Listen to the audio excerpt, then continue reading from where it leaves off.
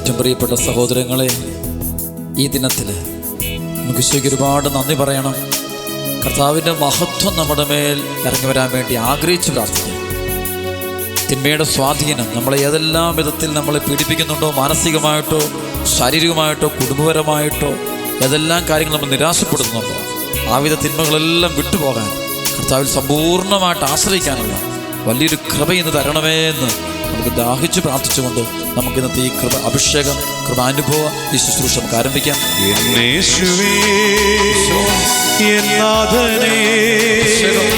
നിന്നിൽ ഞാൻ ചാരും എൻ പ്രിയനേ, എന്നേശുവേ എൻ നാഥനേ, നിന്നിൽ ഞാൻ ചാരും എൻ പ്രിയനേ.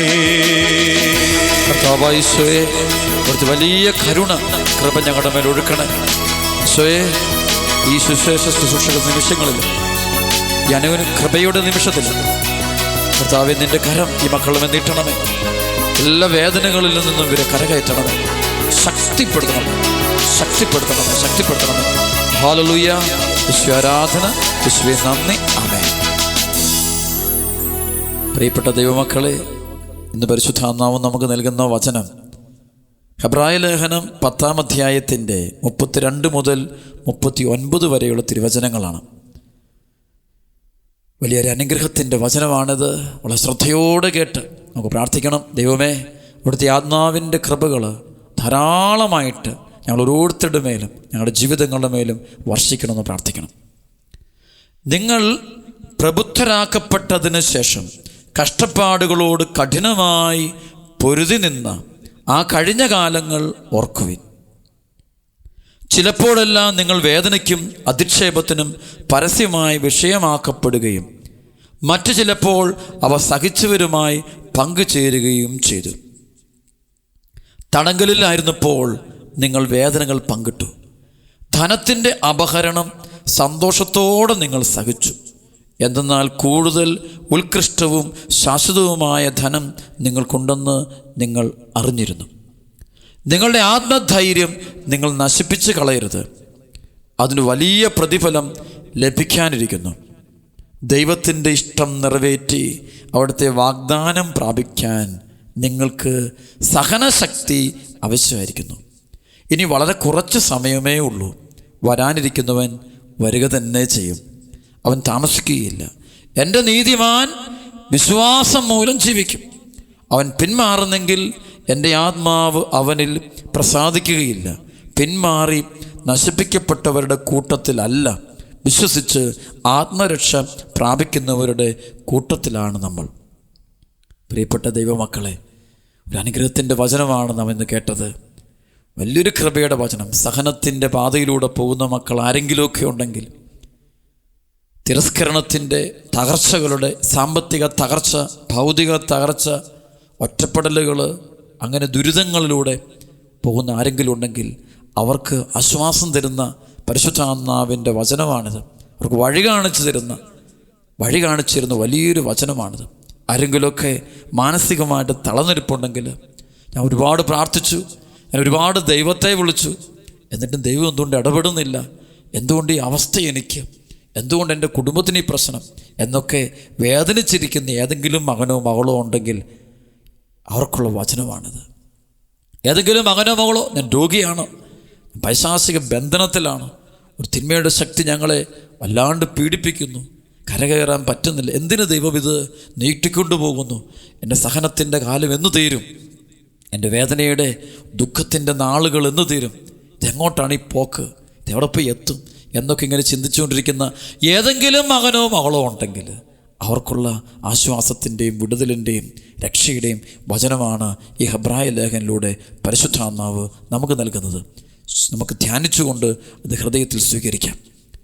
നിങ്ങൾ പ്രബുദ്ധരാക്കപ്പെട്ടതിന് ശേഷം കഷ്ടപ്പാടുകളോട് കഠിനമായി പൊരുതി നിന്ന ആ കഴിഞ്ഞ കാലങ്ങൾ ഓർക്കുകയും. ഒരു വേദന ഇരിക്കുമ്പോൾ നമ്മൾ മനസ്സിലാക്കേണ്ടത്, കഴിഞ്ഞ കാലങ്ങളിലും ഇതുപോലത്തെ വേദനകളിലൂടെ നമ്മൾ കടന്നു പോയിട്ടുണ്ട്. കഴിഞ്ഞ നാളുകളിലും ഇതുപോലത്തെ ആക്ഷേപങ്ങളിലൂടെ, പരിഹാസങ്ങളിലൂടെ, തകർച്ചകളിലൂടെ, വേദനയിലൂടെ, കണ്ണുനീരിലൂടെ, നഷ്ടങ്ങളിലൂടെ, പരാജയങ്ങളിലൂടെ, വീഴ്ചകളിലൂടെ ഒക്കെ കടന്നു പോയിട്ടുണ്ട്. പക്ഷെ ആ നാളുകളിലൊക്കെ ദൈവം നമ്മളെ സംരക്ഷിച്ചിട്ടുണ്ട്. അന്ന് നമ്മളെ പരിപാലിച്ച് വഴി നടത്തിയ ദൈവം ഇന്നും നമ്മളെ പരിപാലിച്ച് വഴി നടത്തിക്കൊണ്ടിരിക്കുന്നു എന്ന് വിശ്വസിക്കുക. ഈ പ്രശ്നങ്ങളുടെ നടുവിലും ദൈവം കൈവിടാതെ നമ്മളെ മുറുകെ പിടിച്ചിട്ടുണ്ട് എന്ന് ഹൃദയത്തിൽ വിശ്വസിക്കണമെന്നാണ് പറയുന്നത്. വീണ്ടും വചനം പറയുക, ചിലപ്പോഴെല്ലാം നിങ്ങൾ വേദനയ്ക്കും അധിക്ഷേപത്തിനും പരസ്യമായ വിഷയമാക്കപ്പെടുകയും മറ്റു ചിലപ്പോൾ അവ സഹിച്ചവരുമായി പങ്കുചേരുകയും ചെയ്തു. ചിലപ്പോഴൊക്കെ നിങ്ങൾ വേദനയ്ക്കും അധിക്ഷേപത്തിനും പരസ്യമായ വിഷയമാക്കപ്പെടുന്നു. പൊതുനിരത്ത് വെച്ച് പരിഹസിക്കപ്പെടുന്നു, മക്കളുടെ മുമ്പിൽ വെച്ച് പരിഹസിക്കപ്പെടുന്നു, ജീവിത പങ്കാളിയുടെ മുമ്പിൽ വെച്ച് പരിഹസിക്കപ്പെടുന്നു, ജോലിസ്ഥലത്ത് വെച്ച് പരിഹസിക്കപ്പെടുന്നു, യാത്രകൾക്കിടയിൽ പരിഹസിക്കപ്പെടുന്നു, സഭയിൽ വെച്ച് പരിഹസിക്കപ്പെടുന്നു, പരസ്യമായി പരിഹസിക്കപ്പെടുന്നു, തകർക്കപ്പെടുന്നു, അപമാനത്തിൻ്റെ വാക്കുകൾ കേൾക്കേണ്ടി വരുന്നു, ശാപവാക്കുകൾ കേൾക്കേണ്ടി വരുന്നു. ശരിക്കും മനസ്സ് തകർന്നു, എന്തിനു ജീവിക്കുന്നു എന്ന് പോലും ചിന്തിക്കുന്നു. ചില വലിയ അനുഭവങ്ങളിലൂടെ കടന്നു പോയിട്ടുണ്ടെങ്കിൽ പറയുകയാണ്, അന്നൊക്കെ നമ്മൾ ഇങ്ങനെയൊക്കെ പോയിട്ടുണ്ട്. തടങ്കലിലായിരുന്നപ്പോൾ നിങ്ങൾ വേദനകൾ പങ്കിട്ടു. ചിലപ്പോൾ ചില പ്രശ്നത്തിന്, ചെയ്യാത്ത കുറ്റത്തിന് പീഡിപ്പിക്കപ്പെട്ട് ജയിലിലാക്കപ്പെട്ടു, വഴിമുട്ടി നിൽക്കുന്ന ജീവിതങ്ങൾ. വീണ്ടും പറയുന്നു, എന്തെന്നാൽ അവിടെ വെച്ച് ധനത്തിൻ്റെ അപഹരണം സന്തോഷത്തോടെ നിങ്ങൾ സഹിച്ചു. പഴയ കാലങ്ങൾ പറയാണ്, ഹെബ്രായ ലേഖനം പറയാം, നിങ്ങളുടെ പണ്ട് നിങ്ങൾ ഇങ്ങനെയൊക്കെ വേദനയോടെ പോയതാണ്.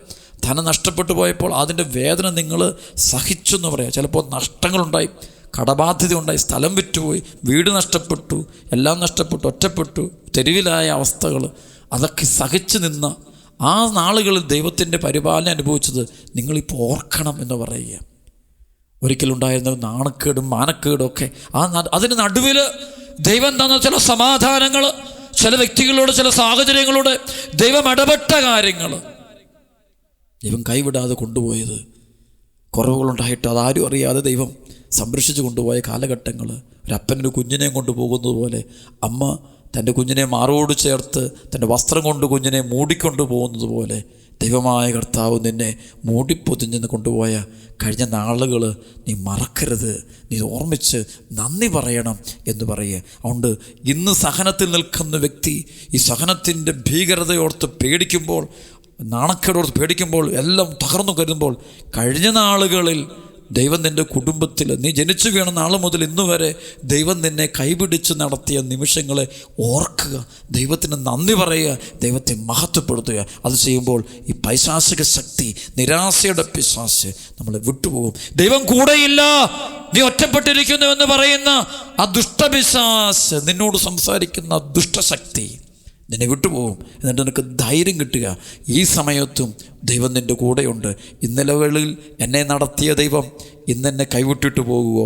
ഒരിക്കലില്ല. ഇന്നലകളിൽ എന്നെ വഴി നടത്തിയ ദൈവം ഇന്നും എൻ്റെ കൂടെയുണ്ട് എന്ന് ഹൃദയത്തിൽ നീ വിശ്വസിച്ച് നന്ദി പറയണം. എന്നിട്ട് പറയണം, ഈ പ്രശ്നം ഞാൻ അതിജീവിക്കും, കാരണം എൻ്റെ ദൈവം എൻ്റെ കൂടെയുണ്ട്. ഈ പ്രശ്നത്തെ ഞാൻ അതിജീവിക്കും. ഒരു പിശാചിനെ തകർക്കാൻ പോകുന്നില്ല, ഒരു ശക്തി എന്നെ തോൽപ്പിക്കില്ല പറയണം നീ. അതായത് റോമാലേഖനം 8-ാം അധ്യായത്തിൻ്റെ 31 മുതലുള്ള വചനത്തിൽ പറയുന്ന പോലെ, ദൈവം നമ്മുടെ പക്ഷത്തെങ്കിൽ ആര് നമുക്കെതിര് നിൽക്കും? സ്വപുത്രനെ പോലും നമുക്ക് നൽകിയവൻ അതോടൊപ്പം നമുക്ക് വേണ്ടതെല്ലാം തരികയില്ലേ എന്ന് പറയുക. ഫിലിപ്പിയ ലേഖനം 4:19 പറയുന്ന പോലെ, അതായത് യേശുക്രിസ്തുവിലൂടെ, പിതാവായ ദൈവം തന്നെ യേശുക്രിസ്തുവിലൂടെ നമുക്ക് വേണ്ടതൊക്കെ തരും, എല്ലാം തരുമെന്നുള്ള വിശ്വാസം ദൈവം നടത്തിയിട്ടുണ്ട്. ഇന്നലെ വരെ നിൻ്റെ എത്ര വയസ്സാണ് നിനക്കുള്ളത്? 30 വയസ്സ്, 40, 50 വയസ്സ് വരെ ദൈവം നടത്തിയില്ലേ? ആ ദൈവം ഇന്നത്തെ ഈ സംഘർഷാവസ്ഥയിൽ നിൻ്റെ മക്കളിൽ നിന്നുണ്ടാകുന്ന പീഡനമാകാം, നിൻ്റെ ഭാര്യയിൽ നിന്നുണ്ടാകുന്ന പീഡനമാകാം, നിൻ്റെ ഭർത്താവിൽ നിന്നുണ്ട് പീഡനമാകാം, മാതാപിതാക്കളെ പീഡനമാകാം, ജോലിസ്ഥലത്തെ പീഡനമാകാം, ദാരിദ്ര്യത്തിൻ്റെ പീഡനമാകാം, കടബാധ്യതയുടെ പീഡനമാകാം. ഇവിടെ ദൈവം നടത്തും. ഇവിടെ നീ ആ ദൈവത്തിന് നന്ദി പറഞ്ഞുകൊണ്ട് തകർച്ചകളെ പ്രതി ദൈവത്തെ സ്തുതിച്ചുകൊണ്ടിരിക്കുക, ഹല്ലേലൂയ പറഞ്ഞുകൊണ്ടിരിക്കുക. പൗലോസും സീലാസും അവർ രണ്ടുപേരെയും ജയിലിൽ അടച്ചു കഴിഞ്ഞപ്പോൾ ആ ജയിലിൽ കിടന്നുകൊണ്ട് രാത്രി മുഴുവനും അവർ സ്തുതികീർത്തനങ്ങൾ പാടുന്ന കാണാൻ പറ്റും. എന്ന് പറയുന്നത് പോലെ ഈ സമയത്തും നടത്തുന്ന ദൈവത്തിന് നന്ദി പറയാൻ, അന്നു വേണ്ട ആഹാരത്തിന് മുട്ടുണ്ടാകാതെ ദൈവം നടത്തുന്നുണ്ട്, ദൈവം പരിപാലിക്കുന്നുണ്ട്. ആ ദൈവകരം ഇവിടെയും ഈ സമയത്തും ഈ പ്രശ്ന സങ്കീർണമായ നിമിഷത്തിലും ഈ രോഗം തകരാൻ പോകുന്നു, എൻ്റെ വീട് തകരാൻ പോകുന്നു, എൻ്റെ അമ്മയ്ക്ക് രോഗം, എൻ്റെ അപ്പന് രോഗം, എൻ്റെ സഹോദരിക്ക് രോഗം, സഹോദരൻ രോഗം, സഹോദരിയുടെ പ്രശ്നം, ഭർത്താവിൻ്റെ പ്രശ്നം, ഭാര്യയുടെ പ്രശ്നം. ഈ പ്രശ്നത്തിൽ ദൈവം നടത്തും, ദൈവം വഴി നടത്തും എന്നുള്ള വിശ്വാസം ഉണ്ടായിരിക്കട്ടെ. അബ്രാഹാം ഇസ്ഹാക്കിനെ ബലിയർപ്പിക്കാനായിട്ട് കൊണ്ടുപോകുമ്പോൾ, ദൈവത്തിൻ്റെ നിയോഗപ്രകാരം കൊണ്ടുപോകുമ്പോൾ, മോറിയാമലയുടെ താഴ്വാരത്തിൽ വെച്ച് ഭൃത്യന്മാരോട് പറഞ്ഞു, നിങ്ങളിവിടെ നിൽക്ക്, ഞാനും എൻ്റെ കുഞ്ഞും കൂടെ പോയിട്ട് ബലിയർപ്പിച്ചിട്ട് ഞങ്ങൾ മടങ്ങി വരുമെന്ന് പറയുമ്പോൾ, ഇടയ്ക്കിടയ്ക്ക് പറയുമ്പോൾ ആ മനുഷ്യൻ്റെ ഉള്ളിലുണ്ട് തിരിച്ചു വരും, ദൈവം വഴി നടത്തും. വീണ്ടും മുന്നോട്ട് നീങ്ങുമ്പോൾ ഇസ്ഹാക്ക് ചോദിക്കുന്നുണ്ട്, അപ്പാ തീയുണ്ട്, വിറകുണ്ട്, എല്ലാം ഉണ്ട്, ബലിയർപ്പിക്കാനുള്ള കുഞ്ഞെവിടെ എന്ന് ചോദിക്കുമ്പോൾ ദൈവം തരും എന്ന വിശ്വാസത്തിൻ്റെ മനുഷ്യന് നിരാശയില്ല. തനിക്ക് കിട്ടിയ പ്രിയപുത്രനെ, ഇസ്ഹാക്കിന് ഏകമകനെ, വാർദ്ധക്യത്തിൽ കിട്ടിയ മകനെ നെഞ്ചോട് ചേർത്തോട് പോകുന്ന അപ്പൻ അത് ബലിയർപ്പിക്കാൻ തയ്യാറാണ്. കാരണം ദൈവമറിയാതെ ഒന്നും സംഭവിക്കില്ല. അത്രമാത്രം ദൈവം കൂടെയുണ്ടെന്നും ദൈവം വഴി നടത്തുന്നുണ്ടെന്നും വിശ്വസിക്കുന്ന ജീവിതങ്ങളായിട്ട് മാറുക. അബ്രാഹത്തിന് കാണത്തില്ല, അബ്രാഹത്തിന് തൻ്റെ അടുത്ത് ഇസ്ഹാക്ക് മാത്രമേ ഉള്ളൂ. പക്ഷേ അബ്രാഹത്തിന് ദൈവത്തിൻ്റെ വചനത്തിലുള്ള ഉറച്ച വിശ്വാസം ഈ പ്രതിസന്ധിയിൽ ദൈവം അതപ്പുറം കടത്തും, ദൈവം കടത്തും. നമ്മളാരെല്ലാം കടത്താൻ പോകുന്നു, ദൈവം കടത്തും. നമ്മൾ കടത്തിയിട്ടില്ല. പല പ്രശ്നങ്ങളും തീർത്തത് നമ്മളല്ല, നമ്മൾ ചിന്തിച്ച പോലല്ല പ്രശ്നം തീർന്നത് ദൈവം ചിന്തിച്ചതുപോലെയാണ്. പല തീരുമാനങ്ങളും നമ്മുടെ തീരുമാനങ്ങളും നടന്നില്ല, നമ്മുടെ സ്വപ്നങ്ങൾ നടന്നില്ല. പക്ഷെ അതിനേക്കാളും നല്ല അവസ്ഥയിൽ ദൈവം നമ്മൾ എത്തിച്ചു. എങ്ങനെ എത്തിച്ചു? ദൈവം എത്തിച്ചു, നമ്മളാരും എത്തിച്ചതല്ല. അത്രമാത്രം നീ ദൈവപരിപാലനയിൽ വിശ്വസിക്കുക. അതാണ് ഇവിടെ എബ്രായ ലേഖകൻ പറയുന്നത്. പണ്ട് ദൈവം നിന്നൊക്കെ ചെയ്ത നന്മകളില്ലേ, അതോർത്ത് നന്ദി പറ, എങ്കിൽ നാളത്തെ കാര്യം നടന്നു. ഇന്ന് ഈ പ്രശ്നം നീ അതിജീവിക്കും. കാരണം ദൈവം നിൻ്റെ കൂടെയുണ്ട്. പല മനുഷ്യരുടെയും പ്രശ്നം ദൈവം കൂടെയുള്ളപ്പോഴും സംശയമാണ്, കൂടെയുണ്ടോ ഇല്ലയോ. അതായത് ഈശോ ശിഷ്യന്മാരും കൂടെ കടലിലൂടെ യാത്ര ചെയ്യുമ്പോൾ കൊള്ളക്കുണ്ടാകുന്നു, കൊടുങ്കാറ്റുണ്ടാകുന്നു. ഉടനെ അവർ പറഞ്ഞു, ഞങ്ങൾ നശിച്ചു, ഞങ്ങൾ മരിക്കാൻ വന്നു, ഗുരു എഴുന്നേൽക്കുക, ഭയപ്പെടുക. അവർ ഈശോ അടുത്തുണ്ട്. ഈശോ വിളിക്കുമ്പോഴും നമ്മൾ തഹസത്തിലെത്തിയിരിക്കുന്നു. ഈശോ പേടിയാണ്, ഭയങ്കര. ഈശോ കൂടെ ഉണ്ടെങ്കിലോ ഭയമാണ്. ആണ് പ്രാർത്ഥിക്കുന്ന പല മക്കൾക്കും കണ്ടു ഈ ഭയം കണ്ടുണ്ട്. എന്ത് പ്രാർത്ഥനയിലൂടെ മാറേണ്ടത് ഭയമാണ്. എന്ത് ഭയം മാറേണ്ടത്? എനിക്കാരുമില്ല എന്നുള്ള ചിന്ത മാറിയിട്ട് എനിക്കാരോ ഉണ്ട്, അത് വ്യക്തികളല്ല, ദൈവമുണ്ട് എന്നുള്ള ചിന്തയാണ്. ആ ഒരു വിശ്വാസം ഹൃദയത്തിൽ ഉറപ്പിക്കുമ്പോഴാണ്. അതാണ് അഭിഷേകം, അതാണ് പരിശുദ്ധാത്മാവ് പറയുന്നത്. സാത്താൻ്റെ പ്രവർത്തനം എന്താ? അവൻ മനുഷ്യൻ നിരാശയിലേക്ക് കൊണ്ടുപോകുന്ന നാശത്തിൽ നീ രക്ഷപ്പെടുകയല്ല. യുദാസ് തെറ്റ് ചെയ്തു, അവൻ അനുദപിക്കാം, പശ്ചാത്തപിക്കാം. പത്രോസിനെ പോലെ അവനും മടങ്ങി വന്നാൽ അവനെയും കർത്താവ് വാരിപ്പുണർന്നേനെ. പക്ഷെ ആ സമയത്ത് പിശാച് അതല്ല പറഞ്ഞത്. നീ പോയി, ഇതിനൊക്കെ രക്ഷയില്ല, നീ തെറ്റ് ചെയ്തു പോയി, നിനക്ക് ഭാവിയില്ല, നീ പൊക്കൂ, നീ ചത്തു, നീ തൂങ്ങിച്ചത്തു, ജീവിതം തീർക്ക്, ഇതിനും കൊല്ലിക്കും. ഇനി ഈ ഭൂമിയിൽ നിന്നാൽ നിന്നെ മനുഷ്യരെല്ലാം കൂടെ തല്ലിക്കൊല്ലും. ഒരുപാട് കാര്യം പറയുക. ആ സമയത്ത് ഇവൻ്റെ തലയോട്ട് കുറച്ച് ചിന്ത വരിക. പിശാചാക്കിച്ച് ആ ചിന്ത കൊടുക്കുന്നു. നീ തീർന്നു, നിന്നെ കാര്യമില്ല, ദൈവം ഈശോ പോലും നിന്നെ ശപിക്കും, ഉപേക്ഷിക്കും. അങ്ങ് പറയുക. ദൈവത്തിൻ്റെ സ്നേഹത്തെയൊക്കെ തള്ളിപ്പറയുക, ദൈവത്തെ തള്ളിപ്പറയുക. കർത്താവിൻ്റെ രക്ഷാകരമായ സ്നേഹം, പാപമോചകപരമായ സ്നേഹം, അത് വിശ്വസിക്കാൻ പറ്റുന്നില്ല. അവൻ തളർന്നു പോവുകയാണ്. അപ്പോഴാണ് അവൻ പോകുന്ന വഴിക്ക് അവൻ പോയി അവൻ ജീവിതം കൊണ്ട് നശിപ്പിക്കുന്നത് കൊണ്ടാണ്. മനുഷ്യന് അത് പിശാചാണ്. നിരാശ പിശാചിൻ്റെ സ്വഭാവമാണ്. അപ്പോൾ സാമ്പത്തിക തകർച്ചയാകാം, രോഗത്തകർച്ചയാകാം, മക്കൾ വഴിവിട്ടു പോയിട്ടുണ്ടാകാം, വീട്ടിൽ ദുരന്തങ്ങൾ ഇപ്പോൾ നടക്കുന്നുണ്ടാകാം, സാമ്പത്തിക തകർച്ചയാകാം, നാണക്കേടാകാം. ഇന്ന് സമയത്ത് പറഞ്ഞു, ദൈവം നടത്തും. എൻ്റെ ദൈവം എന്നെ ഉപേക്ഷിക്കില്ല. എൻ്റെ ദൈവം എന്നെ ഇന്നലെ വരെ നടത്തിയിട്ടുണ്ട്, ഇന്ന് ഈ സെക്കൻഡ് വരെ എന്നെ നടത്തിയിട്ടുണ്ട്. ഞാൻ അറിയുന്നു. എങ്കിൽ അടുത്ത സെക്കൻഡും കൊണ്ടുപോകുന്നത് അവൻ തന്നെയാണ്. ഞാനിതിനകത്തൊരു ഉപകരണം മാത്രം. ഞാൻ വിട്ടുകൊടുക്കുന്നു. ഇതാ കർത്താവ്, എൻ്റെ ജീവിതം സമ്പൂർണ്ണമായിട്ട് ഞാൻ അങ്ങേക്ക് സമർപ്പിക്കുന്നു എന്ന് പറഞ്ഞുകൊണ്ട് ജീവിതം അങ്ങ് വിട്ടുകൊടുത്താൽ മാത്രം മതി. അപ്പോൾ അവനത് അനുഭവിക്കാനായിട്ട് പറ്റും. വീണ്ടും വചനം പറയുന്നു, വചനത്തോട് വരാം. ധനത്തിൻ്റെ അപഹരണം സന്തോഷത്തോടെ നിങ്ങൾ സഹിച്ചു, എന്നാൽ കൂടുതൽ ഉത്കൃഷ്ടവും ശാശ്വതവുമായ ധനം നിങ്ങൾക്കുണ്ടെന്ന് നിങ്ങൾ അറിഞ്ഞിരുന്നു. ഭൗതികമായ നഷ്ടം വന്നു, ദാരിദ്ര്യം വന്നു, കടം കയറി, അല്ലെങ്കിൽ സമ്പത്ത് നഷ്ടപ്പെട്ടപ്പോൾ നിങ്ങൾ പറഞ്ഞു, ഇത് സാരമില്ല, ഇത് കൂടുതൽ ദൈവം വഴി നടത്തും. ചില മക്കളൊക്കെ ഞാൻ കണ്ടിട്ടുണ്ട്, ഇന്ന് അന്നേ ശുശ്രൂഷയിൽ ലോകത്തിൻ്റെ വിവിധ ഭാഗങ്ങൾ ശുശ്രൂഷയ്ക്ക് വേണ്ടി കർത്താവിനോട് ജീവിക്കുമ്പോൾ, വിശുദ്ധരായി തീർന്നതിൻ്റെ ചരിത്രം പഠിക്കുമ്പോൾ ഒരു തകർച്ചയുടെ ഒരു ചരിത്രമുണ്ട്, ഒരു വേദനയുടെ ചരിത്രമുണ്ട്, ഒരു വലിയ നഷ്ടങ്ങളുടെ ചരിത്രമുണ്ട്. ഭൗതിക നഷ്ടങ്ങളുടെ ചരിത്രമുണ്ട്. ആ ചരിത്രത്തിൽ നിന്നുകൊണ്ട് അവർ ദൈവത്തിലേക്ക് കരമുയർത്തി ദൈവത്തെ എത്തിപ്പിടിച്ചു, അല്ലെങ്കിൽ ദൈവം അവരെ പിടിച്ചുയർത്തി. അതവരെ വിശുദ്ധിയിലേക്കും കൃപയിലേക്കും സ്വർഗത്തിലേക്കും ദൈവരാജ്യത്തിൻ്റെ ഭാഗമാക്കി മാറ്റി. അതുകൊണ്ട് തകർച്ചകളെല്ലാം നല്ലതിന്, ഒരു വഴിമാറ്റത്തിന്, ദൈവത്തിൻ്റെ വഴിയിലോട്ട് പോകാൻ ദൈവം നമ്മെ കൊണ്ടുപോകുന്നു. ഓരോ വേദനയോ അതെ, ദുഃഖം അതെ, രോഗം പോലും അതെ കണ്ടിട്ടുണ്ട്. അതുകൊണ്ട് പ്രിയപ്പെട്ട മക്കളെ, പൈശാചിക പീഡനങ്ങൾ വരുമ്പോൾ, അവൻ്റെ പ്രലോഭനം, അവൻ്റെ ചിന്ത വരുമ്പോൾ ആ ചിന്ത മാറ്റിവിടാൻ പഠിക്കണം. നിരാശ നിറഞ്ഞ ചിന്ത അവൻ തരുമ്പോൾ അത് മാറ്റിവിടാൻ പഠിക്കണം. യൂദാസ് അത് മാറ്റിവിട്ടില്ല.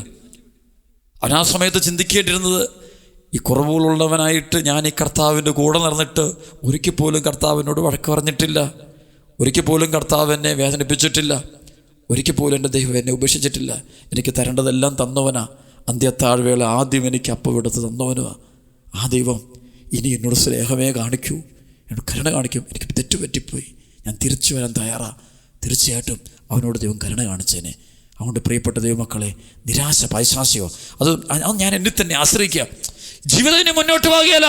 ഒരാളിപ്പോൾ പറയുക, ജീവിത പങ്കാളി എനിക്കെതിരായി ചതിയന, അല്ല അവൾ ചതിയ, അവൾ വൃത്തികെട്ടതാ, അവൾ പാപം നിറഞ്ഞ, എനിക്കെല്ലാം തീർത്തു, എല്ലാവരും ഇല്ല, ആരും ഇല്ല, നിരാശ കയറുക. അപ്പോൾ ദൈവമുണ്ട്. എല്ലാ വാതിലുകളും അടയുമ്പോൾ ഒരു വാതിൽ നിനക്ക് ഇവിടെ തുറന്നു കിടപ്പുണ്ട്, കർത്താവിൻ്റെ വാതിൽ. അതൊരിക്കലും അടയത്തില്ല, അവസാനം വരെ തുറന്നിരിക്കും. നിൻ്റെ മരണം വരെ ആ തുറന്നു കിടക്കുക, രക്ഷയുടെ വാതിൽ തുറന്നു കിടക്കുക. നല്ല കള്ളൻ അവൻ അവസാന മണിക്കൂറിൽ അവൻ വിളിച്ചു, കർത്താവേ അങ്ങ് രാജ്യത്തിലായിരിക്കുമ്പോൾ എന്നെ ഒന്ന് ഓർക്കണേ. ആ വിളിക്ക് ദൈവം ഉത്തരം കൊടുത്തില്ലേ എങ്കിൽ നീ വിളിക്ക്, ദൈവം നിനക്ക് ഉത്തരം തരും. നിൻ്റെ ഹൃദയം തുറന്നു വിളിക്കണം. കള്ളത്തരത്തോടെ വിളിച്ചാൽ പറ്റത്തില്ല, മനസ്സുറന്ന് വിളിക്ക്. എല്ലാം നന്മയ്ക്കാ മക്കളെ. ഈ വേദനയെല്ലാം അനുഗ്രഹത്തിൽ ചെന്ന് എത്തുള്ളൂ, കൃപയിൽ ചെന്ന്. പക്ഷേ ഇവിടെ വെച്ചൊരു പ്രശ്നമുണ്ട്, തിരുത്തണം. എൻ്റെ വേദനയുടെ കാരണം ഞാൻ തന്നെയാണോ എന്ന് ഓരോ വ്യക്തിയും ചിന്തിക്കണം. എൻ്റെ വാക്ക്, എൻ്റെ ചിന്ത, എൻ്റെ രഹസ്യഭാവം അതാണോ ഞാൻ ഇന്ന് ഈ വേദന അനുഭവിക്കാൻ, എൻ്റെ കുടുംബം തകരാൻ കാരണമെന്ന് ഓരോ വ്യക്തിയും ചിന്തിച്ചിട്ട് അവിടെ മാനസാന്തരത്തിൻ്റെ ഫലം ഉണ്ടാകണം. മാറ്റങ്ങൾ വരുത്തണം, ഒത്തിരി മാറ്റം വരുത്തണം. ജീവിതം മുഴുവൻ മാറണം, വ്യതിയാനം ഉണ്ടാകണം. എന്നിട്ട് ദൈവത്തിന് പൂർണ്ണമായിട്ടും ജീവിതം സമർപ്പിക്കുവാൻ, കർത്താവിന് പൂർണ്ണമായിട്ടും ജീവിതം അടിയറ വയ്ക്കാൻ തയ്യാറാകണം. അപ്പോൾ ദൈവം പ്രവർത്തിക്കും. പരിശുദ്ധാത്മാവിൻ്റെ ശക്തമായ പ്രവർത്തനം ഉണ്ടാകും. വീണ്ടും വചനം പറയുക, നിങ്ങളുടെ ആത്മധൈര്യം നിങ്ങൾ നശിപ്പിച്ചു കളയരുത്, അതിന് വലിയ പ്രതിഫലം ലഭിക്കാനിരിക്കുന്നു. ദൈവത്തിൻ്റെ ഇഷ്ടം നിറവേറ്റി അവിടുത്തെ വാഗ്ദാനം പ്രാപിക്കാൻ നിങ്ങൾക്ക് സഹനശക്തി ആവശ്യമായിരിക്കുന്നു. ക്രൈസ്തവന് നഷ്ടപ്പെട്ടു പോകാൻ പാടില്ലാത്തത്, കുടുംബങ്ങൾക്ക് നഷ്ടപ്പെടാൻ പാടില്ലാത്തത് സഹനശക്തിയാണ്. കഴിഞ്ഞ ആളുകളിൽ ഒരു ശുശ്രൂഷയിൽ ഒരാൾ വന്ന് പ്രാർത്ഥിക്കാൻ വന്നു. ഒരു മകൾ പറയുന്നത്, എൻ്റെ ജീവിത പങ്കാളിയിൽ നിന്ന് ഒരുപാട് പീഡനം. എല്ലാവരും പറഞ്ഞു, നീ എന്തിനെങ്ങനെ സഹിക്കുന്നു, ഇതിൻ്റെ ആവശ്യമില്ല, നിൻ്റെ ജീവിത പങ്കാളിയുടെ സ്വഭാവം മുഴുവൻ കറിഞ്ഞുകൂടെ, ഉപേക്ഷിച്ചേരെ. എല്ലാവരും പറയുമ്പോഴും ഈ മകള് നിശബ്ദമായിട്ട് സഹിക്കുക, എല്ലാ ദിവസവും കർത്താവിൻ്റെ സന്നിധി കണ്ണുനീരൊഴുക്കുക. അപ്പോൾ എല്ലാവരും പരിഹസിക്കുക. അങ്ങനെ 6-7 വർഷത്തോളം ഈ മനുഷ്യൻ്റെ പാപം നിറഞ്ഞ ജീവിതത്തോട് സഹിച്ച് ഈ മനുഷ്യൻ നിൽക്കുക. ശരീരമൊക്കെ ക്ഷീണിച്ചു, രോഗവുമായി. അപ്പോഴും ഈ മകളിങ്ങനെ പ്രാർത്ഥിക്കും. തൻ്റെ മുറിയിലുള്ള ഒരു നിത്യസഹായ മാതാവിൻ്റെ രൂപത്തിൻ്റെ മുമ്പിൽ മുട്ടുകുത്തി ഈ നൊവേന പ്രാർത്ഥന ചൊല്ലും. അമ്മേ മാതാവേ, കരുണയുണ്ടാകണേ, എന്നെങ്കിലും എൻ്റെ ജീവിത പങ്കാളി തിരിച്ചു വരുമോ, അമ്മ പ്രാർത്ഥിക്കണേ, കാത്തിരിക്കുക. കഴിയുന്ന ആളുകളിൽ ഈ മനുഷ്യത്തിയുടെ ജീവിത പങ്കാളിത ധ്യാനം കൂടാൻ വരുന്നു. വലിയൊരു മാനസാന്തരം. ഇവർ രണ്ടുപേരും വന്നിട്ട് പറയുക. അപ്പോൾ ഈ മകൻ പറയുക, അച്ചോ, ഞാനിന്ന് മാനസാന്തരപ്പെടുത്തത് എൻ്റെ കഴിവുകൊണ്ടല്ല, ഇവളുടെ കണ്ണുനീരുകൊണ്ടാ. ഇവളും കരഞ്ഞു, അവനും കരഞ്ഞു, വാവിട്ട് കരയുക. കുഞ്ഞുങ്ങളുണ്ടായിരുന്നു, എല്ലാവരും കരയുക. അതെ, ഒരു സമയമുണ്ട്, ദൈവത്തിൻ്റെ സമയമുണ്ട്. കാത്തിരിപ്പ് ആവശ്യം, സഹനശക്തി ആവശ്യം. ഇന്ന് പലരും അങ്ങനെയല്ല, കാത്തിരിക്കില്ല, പെട്ടെന്ന് എടുത്തിയാടും, വെട്ടിമുറിച്ച് മാറ്റുക, അപ്പം വെട്ടിമുറിച്ച് കളഞ്ഞേരെ, എല്ലാം ഭയങ്കര പെട്ടെന്ന് തീരുമാനം. എന്തിന് ദൈവം ഈ സഹനം തന്നു, എന്തിന് കുരിശ് തന്നു? അത് മക്കളെ, കുരിശ് രക്ഷയുടെ അടയാളമാണെന്ന് നാം വിശ്വസിക്കുന്നുണ്ടെങ്കിൽ, കുരിശ് രൂപം നമ്മുടെ ശരീരത്തിൽ ധരിക്കുമ്പോൾ, സഭയിൽ നമ്മളത് വെച്ച് നമ്മൾ അതിനെ വണങ്ങുമ്പോൾ, അല്ലെങ്കിൽ നമ്മൾ പ്രാർത്ഥനകൾ ഉപയോഗിക്കുമ്പോൾ എല്ലാം കുരിശിൻ്റെ മഹത്വം പറയുമ്പോൾ ഒരു കാര്യം ഓർത്തണം, കുരിശിൻ്റെ മഹത്വം അറിയണമെന്നുണ്ടെങ്കിൽ സഹിക്കണം. സഹിക്കാത്തവനൊരിക്കലും കുരിശിൻ്റെ മഹത്വം അറിയില്ല. കുരിശിൻ്റെ വില അറിയണമെങ്കിൽ അത് പിടിച്ചു നിൽക്കണം. കുരിശെടുത്താൽ പോരാ, കുരിശുകൊണ്ട് ജീവിക്കണം. അതുകൊണ്ട് പ്രിയപ്പെട്ട ദൈവമക്കളെ, ഇവിടെ നമുക്കൊരു നല്ല തീരുമാനം ഉണ്ടായിരിക്കട്ടെ. കർത്താവിൻ്റെ കൃപ പ്രവർത്തിക്കാൻ അതുകൊണ്ട് സഹനശക്തി, നിശബ്ദതയോട് സഹിക്കുക. ജീവിത പങ്കാളിയുടെ വൃത്തികെട്ട ജീവിതമാകാം, പാപകരമായ ജീവിതമാകാം, സഹിച്ച് മകൻ്റെ മകള് അനുസരിക്കുന്നില്ല, സഹിച്ചു നിൽക്കുക, പ്രാർത്ഥിച്ചുകൊണ്ടിരിക്കുക. ദൈവം അതിൻ്റെ സമയത്തിൻ്റെ പൂർണ്ണതയിൽ ഒരു വഴി ദൈവം തുറന്നു തരും. ഒരു കരുണയുടെ കരം കർത്താവ് നീട്ടിത്തരും. അനുഗ്രഹത്തിൻ്റെ വാതിൽ തുറന്നിരും. വിശ്വസിക്കുക, പ്രാർത്ഥിച്ചുകൊണ്ടിരിക്കുക. അഭിഷേകത്തിൻ്റെ മേൽ അഭിഷേകം തരട്ടെ. സഹനശക്തി അത് ഏറ്റവും വലിയ കൃപയാണ് മക്കളെ. അതുകൊണ്ട് ഇവിടെ മനസ്സ് തളരരുത്. ദൈവത്തിന് മഹത്വം കൊടുത്തുകൊണ്ട് നമുക്ക് മുന്നോട്ട് പോകാം. വീണ്ടും വചനം പറയുക, ഇനി വളരെ കുറച്ച് സമയമേ ഉള്ളൂ. വരാനിരിക്കുന്നവൻ വരിക തന്നെ ചെയ്യും, അവൻ താമസിക്കുകയില്ല. എൻ്റെ നീതിമാൻ വിശ്വാസം മൂലം ജീവിക്കും. അവൻ പിന്മാറുന്നെങ്കിൽ എൻ്റെ ആത്മാവ് അവനിൽ പ്രസാദിക്കുകയില്ല. പിന്മാറി നശിപ്പിക്കപ്പെട്ടവരുടെ കൂട്ടത്തിലല്ല, വിശ്വസിച്ച് ആത്മരക്ഷ പ്രാപിക്കുന്നവരുടെ കൂട്ടത്തിലാണ് നമ്മൾ. പ്രതികൂല സാഹചര്യങ്ങൾ വരുമ്പോൾ പിന്മാറുന്നു, സഭ വിട്ടുപോകുന്നു, വിശ്വാസം വിട്ടുപോകുന്നു, എല്ലാം ഉപേക്ഷിക്കുന്നു, എല്ലാം മാറിപ്പോകുന്നു. പാടില്ല, പിടിച്ചു നിൽക്കാനാണ് പറയുന്നത്. അങ്ങനെ വിശ്വസിച്ച് മുന്നോട്ട് പോയാൽ കൃപയ്ക്കുമേൽ കൃപ നമ്മൾ നിറയും. അതുകൊണ്ട് പ്രത്യാശ നമ്മെ നിരാശരാക്കുന്നില്ല. പ്രത്യാശയുടെ ജീവൻ നയിക്കാനുള്ള കൃപ തരണമേ എന്ന് പ്രാർത്ഥിച്ചുകൊണ്ട് നമുക്ക് ഈ ആരാധനയിൽ പങ്കുചേരാം.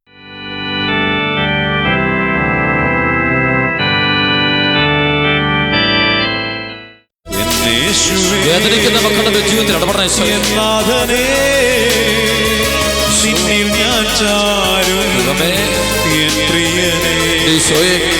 വേദനിക്കുന്ന ഹൃദയങ്ങളെ അങ്ങേക്ക് തരുന്നതാണ്. രോഗികളെ പ്രത്യേകം സമർപ്പിക്കുന്നതാണ്. ഈ സമയത്ത് ആരെല്ലാം തങ്ങളുടെ വേദനകൾ, ദുഃഖങ്ങൾ അങ്ങയുടെ സന്നിധിയിൽ ഇറക്കി വെച്ചുകൊണ്ട് പ്രാർത്ഥിക്കുന്നുണ്ടോ അവരെല്ലാം പ്രത്യേകം സ്പർശിക്കണം കർത്താവേ. ഒറ്റപ്പെട്ട മക്കൾ, കുടുംബജീവിതത്തിൻ്റെ വേദന അനുഭവിക്കുന്ന മക്കൾ, യുവാക്കൾ, യുവതികൾ, മനസ്സിടിഞ്ഞിരിക്കുന്നവർ, ഒരുപാട് പ്രശ്നങ്ങൾ കടന്നു പോകുന്ന മക്കൾ, ആത്മീയ മേഖല ഒരുപാട് തടസ്സങ്ങൾ അനുഭവിക്കുന്ന മക്കൾ, വിശുദ്ധി നഷ്ടപ്പെട്ടു പോയ മക്കൾ, ഒരുപാട് പ്രതികൂല സാഹചര്യങ്ങൾ കടന്നു പോകുന്ന മക്കൾ, എല്ലാ വാതിലും അടഞ്ഞു പോയ മക്കൾ നിന്നെ വിളിക്കുന്ന ഈശോയെ അങ്ങ് ഏറ്റെടുക്കണം കർത്താവേ. അങ്ങയുടെ വാതിൽ തുറക്കണം കർത്താവേ. അനുഗ്രഹത്തിൻ്റെ വാതിൽ തുറക്കണം ഈശോയെ. ആ മേഖലയിലുള്ള ബന്ധനം അടിക്കണം കർത്താവേ. ഞങ്ങളുടെ വെറുപ്പ്, വിദ്വേഷം, പകയൊക്കെ എടുത്തു മാറ്റണം കർത്താവേ. ഹൃദയം തുറക്കാൻ കൃപ തരണം കർത്താവേ. അങ്ങനെ പൂർണ്ണമായിട്ട് ആശ്രയിക്കാനുള്ള അഭിഷേകം തരണമേ കർത്താവേ. അങ്ങനെ ആശ്രയിക്കുന്നു, അങ്ങനെ കൈവിടരുതേ, ശക്തിപ്പെടുത്തണമേ.